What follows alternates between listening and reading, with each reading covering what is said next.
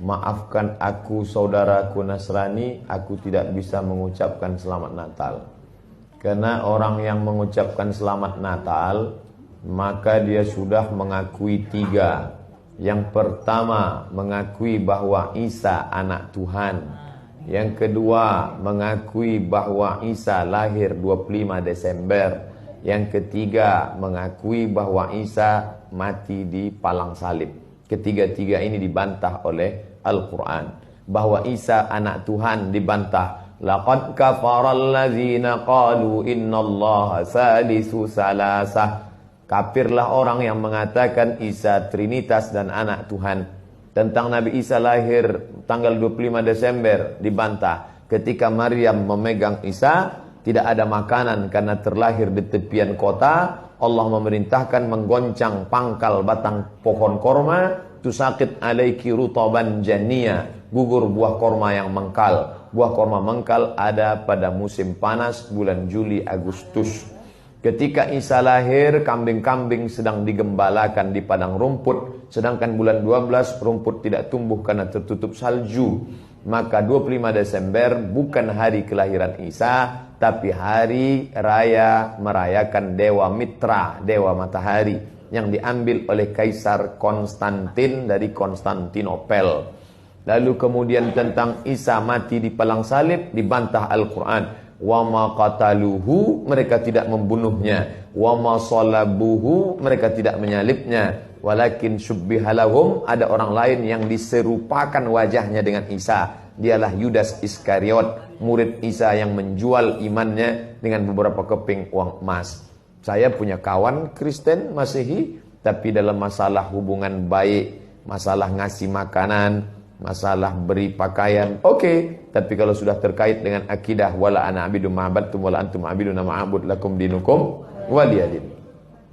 Tentang masalah tahun baru, apakah 1 Januari itu bersih, tidak ada hubung kait dengan agama? Maka tidak benar. 1 Januari 2018 Masehi, seolah-olah Masehi terkait dengan Al-Masih Isa alaihissalam.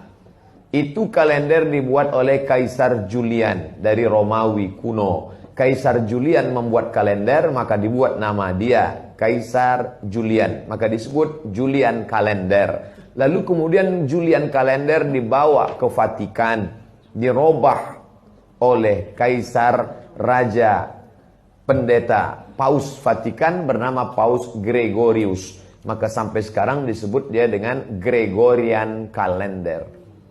Lalu kemudian ketika terbentuk PBB, United Nation, Persatuan Bangsa-Bangsa, bingung mau pakai kalender apa? Di dunia banyak sekali kalender. Maka diseragamkanlah, dipakailah Gregorian kalender. Yang sebelumnya kita kerajaan Pasundan, kerajaan Demak, kerajaan Riau, Sendripura itu pakai kalender Hijriah. Termasuk Yogyakarta pakai kalender Saka. Karena Sultan Agung Jawa mengkawinkan antara kalender Jawa dengan kalender Hijriah.